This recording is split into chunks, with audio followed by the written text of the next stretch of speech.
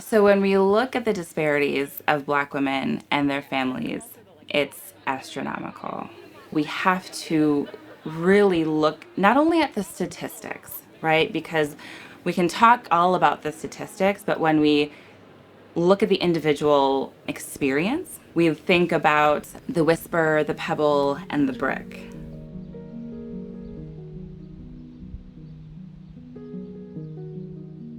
So we hear the whisper. Our ancestors are whispering to us about the risks and concerns and health conditions that have come from generations past that still impact us today. But when we don't listen to that whisper, then we get a little pebble in our shoe, right? That annoying thing like, oh, I know I need to go in. I know I need to do something about this family history I have of diabetes or cancer or heart disease.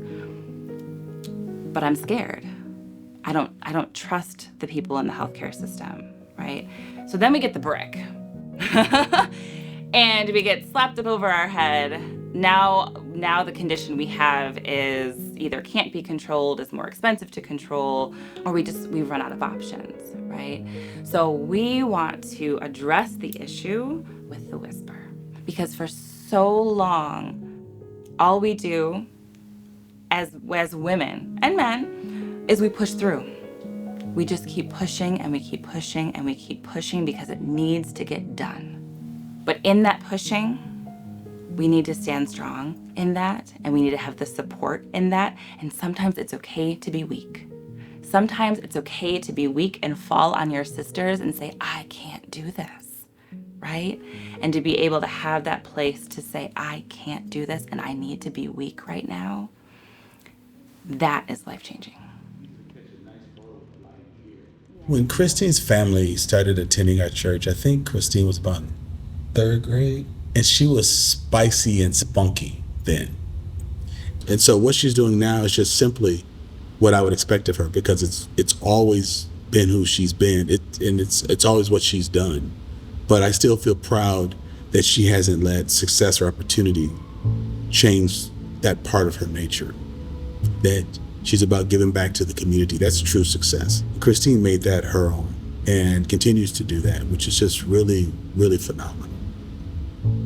My journey to Stevens Point was very linear. It was the only school I applied to. And when I got in, it felt right.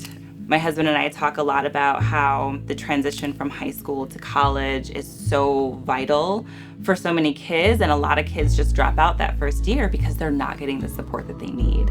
And Point always provided more than enough support, from the guidance counselors to the professors. It felt as though I belonged and I could insert myself and feel valued in every situation that I inserted myself. And as a biracial woman, as the president of Black Student Union, I was still received. I was still loved. I was still accepted. And that was a really pivotal point in my life to say, this is where I belong. And when I was welcomed with open arms into this beautiful space, this transformative space, as the director of health and wellness programs, I realized what Black culture really looks like, what a sisterhood really looks like.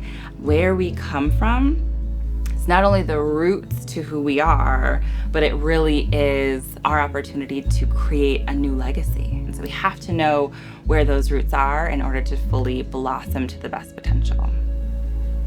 So in my previous position, I was very comfortable. I became very comfortable in corporate wellness because I felt as though I was done climbing the ladder. You know, I dealt with cancer, I had my kids, married. So I'm like, I just want a job, right? I just want a job that I can do really well. I can make a living wage, support my family, and I'm okay with that.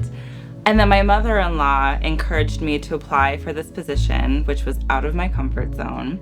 And I'm so glad because I feel like I've blazed this trail for biracial women. I've blazed this trail for my children to see the world in a new and fresh way. And I think we collectively here at the foundation and all of the ambassadors that are a part of it are trailblazers in our own right, because we are not following the road that's normally traveled, right?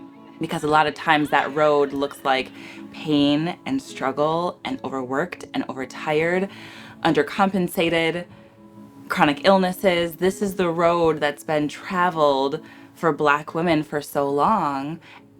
And now we can kind of change that narrative and be trailblazers in our own right and say, I'm not going to accept that, because it's time for a change. It's time for a shift. And we can't do that.